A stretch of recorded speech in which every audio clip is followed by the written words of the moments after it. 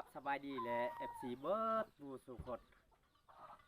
สำหรับมื้อนี้พบเพาะกันคือเก่าสองบ่อปิดทากินสำหรับมื้อนี้บ่อปิดเกิดสิไปรีวิวและเมียค่อยเองและพ่อแม่เฒ่าเนาะไปเกี่ยวหญ้าคาเนาะเกี่ยวหญ้าคามุงเฮือนโอเคติดตามเลยอันนี้ผู้หญิงเอาหญ้ามุงเฮือนเนาะพี่น้องเอาสีมาเอากับแม่เฒ่าและเอื้อยของมีไปบนกระปอนกระเช้าพี่น้องโอ้ยว่ามีเงินซื้ออันนั้นสังกะสีเลยพอเฮาก็สิมาเอาหญ้าอยู่นี่เนาะ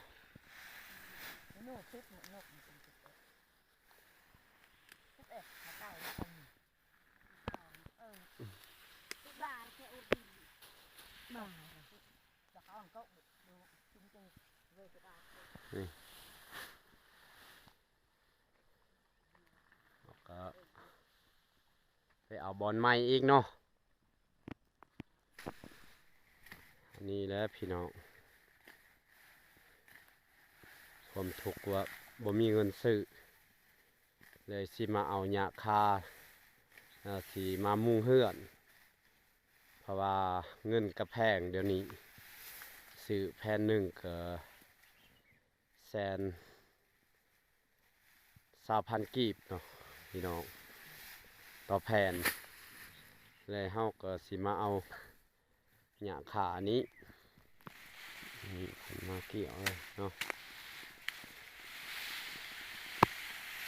มันจะเอา4-5 มัดแหละพันผมเอาเป็นโคนเลยเนาะ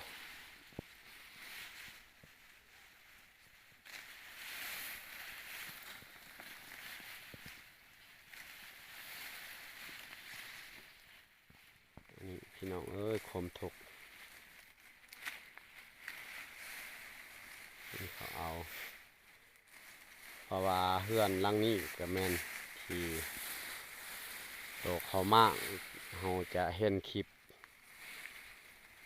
อันนั้นเบื้องแล้วนี่เพราะว่าเขาก็สามัคคีกันนะเอาให้งานไม่ยิ่งเกิดไปเอาหญ้าเนาะหญ้าค่าส่วนผู้ซ้ายเกิดเฮ็ดอยู่บอนและประกอบเขาบากเขาเองนะนี่เพิ่นก็เอาหญ้าเฮือนเพราะว่าเขาอยากเข้าผู้หญิงนี่เขาแบ่งเป็นจุแต่ละผู้ใดเฮ็ดเฮือน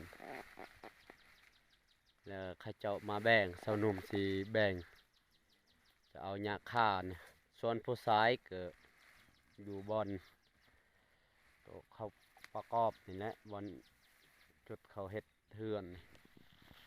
ส่วนอยู่ร่วมกับบ้านเนาะเพราะว่าภาคเบื้องนั้นมันเป็นภาพบ้านนะ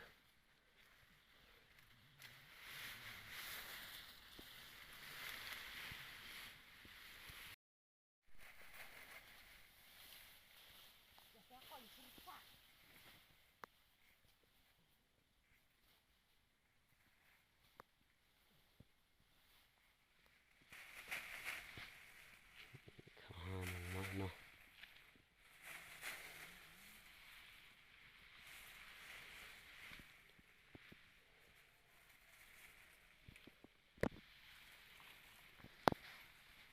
อันนี้ก็แม่นคือกันทีมงานนำกันและเขาไปเอาหญ้าค่า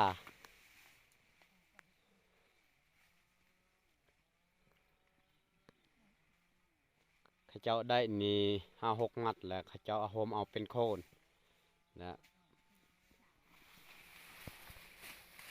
เบิ่งเด้อพี่น้องนี่ FC พังไทยพังลาวก็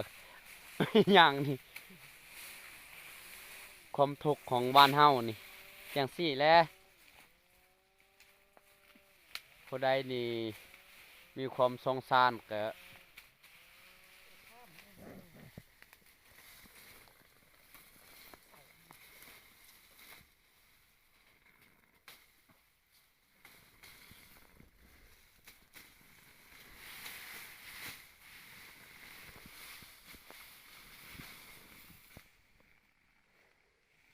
แหละพี่น้องความทุกข์ความจน แต่น้ำใจไม่จนเนาะแต่สามัคคีมัดบ้าน อืม สามัคคีเสื้อสาดพงพันธุ์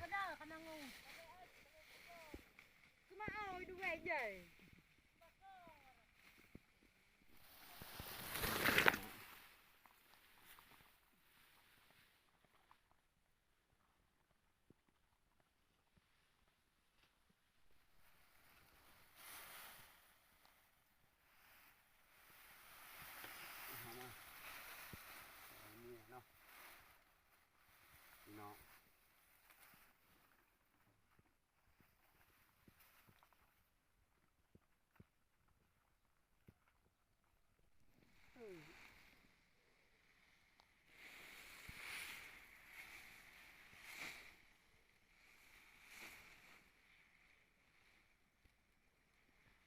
นี่เขามัดเนาะเขาห่มเอาเป็นโคน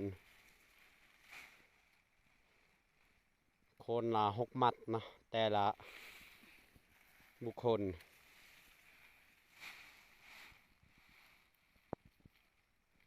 แต่ละคนเนาะโคนแบบนี้มันเป็นมัด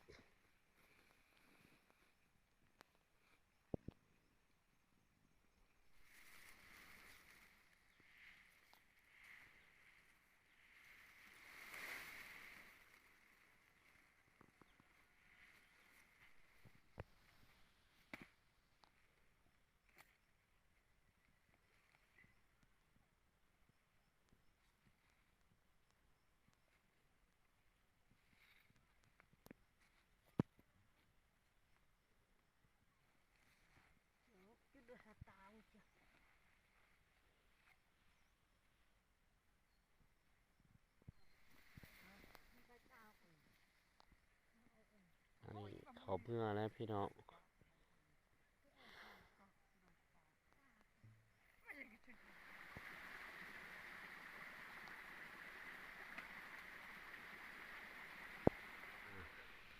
มาปงอยู่นี่เลยมาพักผู้หญิงคนเกิดไปแล้ว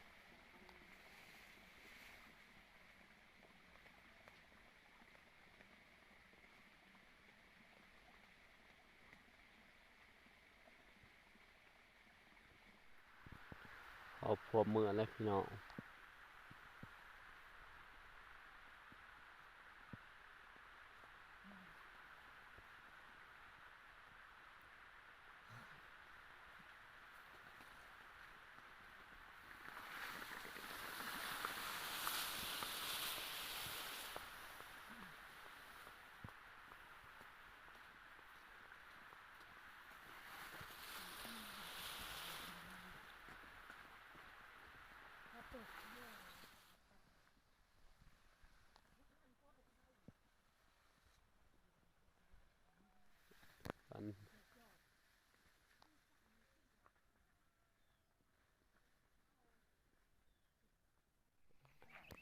อันนี้ฮอตขนุนแล้วพี่น้องเขาเจาะหญ้า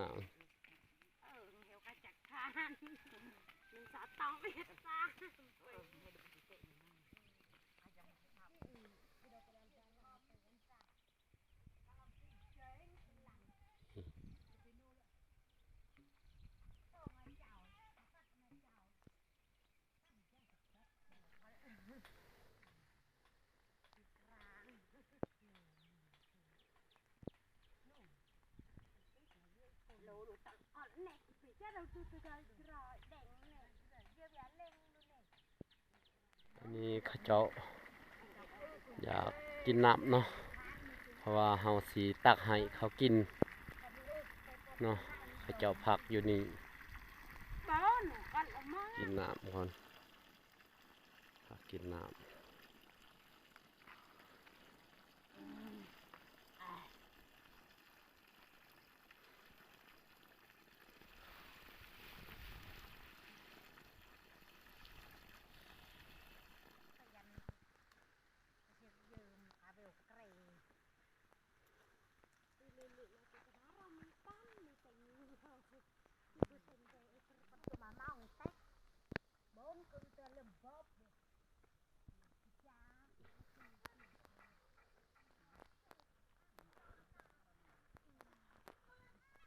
และกองหญ้าผู้หญิง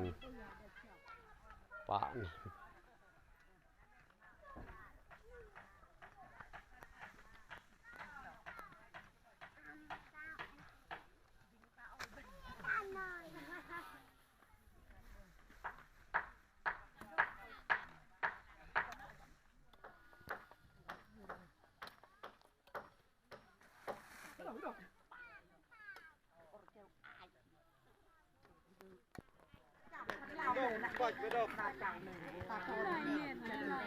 เด็กจักเรื่องในรุ่นนี้ตับ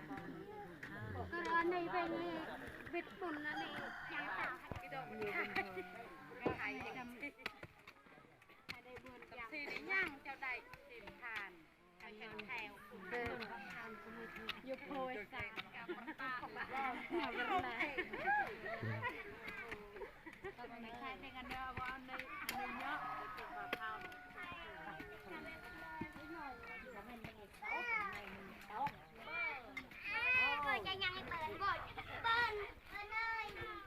จำนวนผู้หญิงก็สาวปลายกว่าหมู่ก็เฮือนครัวที่เขาย่อหันพี่น้องเฮือนหลังนี้ก็เฮือนใหญ่นี่ก็เขาเจ้ามุงสังกะสีอันนี้แหละเฮือนครัวที่เขาเจ้าเอาหญ้าและสิมามุงอยู่นี้เนาะว่าเฮือนครัวนี่เนาะพี่น้องนี่เขาเจ้าเอาแปดและสิมาปูเลยอยู่เฮือนครัวนี่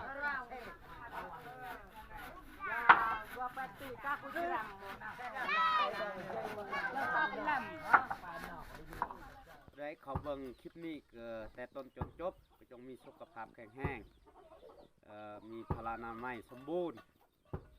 และ FC ทุกท่านหรือว่าผู้ใหญ่ผู้น้อยคลิปนี้ก็จบเพียงเท่านี้เอามาลุ้นคลิปหน้าอีก